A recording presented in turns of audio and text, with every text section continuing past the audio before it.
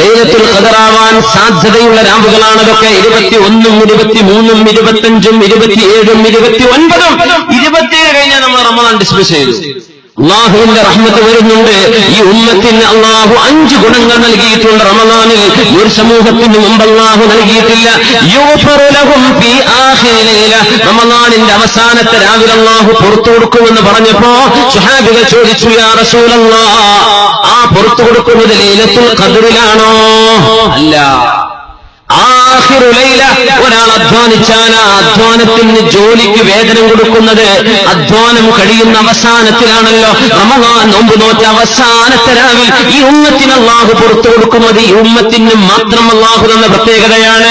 അള്ളാഹുവിന്റെ മാഫറത്തുമായി മലക്കുകൾ വരുമ്പോഴേ നമ്മളുടെ പെണ്ണുങ്ങളൊക്കെ അന്യ ചെറുപ്പക്കാരോട് കൊഞ്ചിക്കുഴഞ്ഞാടി നമ്മുടെ ടെക്സ്റ്റൈൽസുകളിലും അങ്ങാടി തെരുവുകളിൽ നടക്കുമ്പോ അള്ളാന്റെ മാഫറത്ത് നമ്മുടെ കയ്യിലേക്ക് വരുമോ?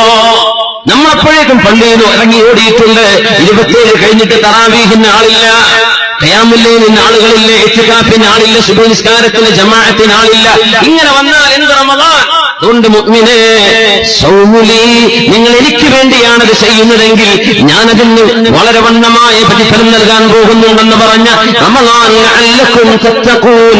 നിങ്ങളുടെ വയറിനോടല്ല, നിങ്ങളുടെ ഖൽബിനോടുള്ള തർബിയത്താണ്, ഹൃദയത്തിനുള്ള മാറ്റമാണ്, ഹൃദയത്തിനുള്ള തഖ്വയാണ് നിങ്ങൾക്ക് ലഭിക്കേണ്ടത്. തഖ്വ എന്ന് പറഞ്ഞാൽ അൽ ഖൗഫു മിനൽ ജലീൽ വൽ അമലു ബിത്തൻസീൽ വൽ ഖനാഅതു ബിൽ ഖലീൽ വൽ ഇസ്തിഅദാദു ലിയൗമിർ റഹീൽ. ഇത് സാധ്യമാണോ എന്നാണ് റമദാൻ കൊണ്ട് അള്ളാഹു ഉദ്ദേശിക്കുന്നത്. നിങ്ങൾക്ക് അള്ളാഹുവിനെ പേടിയുണ്ടോ? വിശുദ്ധ ഖുർആന്റെ നിയമങ്ങൾ അംഗീകരിക്കാൻ ഒരുക്കമാണോ? അള്ളാഹു നൽകിയ ഏറ്റവും ചെറുതുകൊണ്ട് നിങ്ങൾ തൃപ്തിപ്പെടുമോ? മരിക്കുന്ന ലോകത്തിന് വേണ്ടി റെഡിയായി നിന്നിട്ടുണ്ടോ? ഇതുണ്ടെങ്കിൽ യാ അയ്യുഹല്ലദീന ആമനൂ കുതിബ അലൈക്കുമുസ് സിയാം കമാ കുതിബ അലല്ലദീന മിൻ ഖബ്ലികും ലഅല്ലകും തത്തഖൂൻ. ഈ ലക്ഷ്യം നമ്മൾ പ്രാപിച്ചു. അള്ളാഹു നമ്മെ തൗഫീഖ് ചെയ്ത് അനുഗ്രഹിക്കട്ടെ. അള്ളാഹു ഈ സദസ്സിൽ നമുക്ക് മഗ്ഫിറത്തും റഹ്മത്തും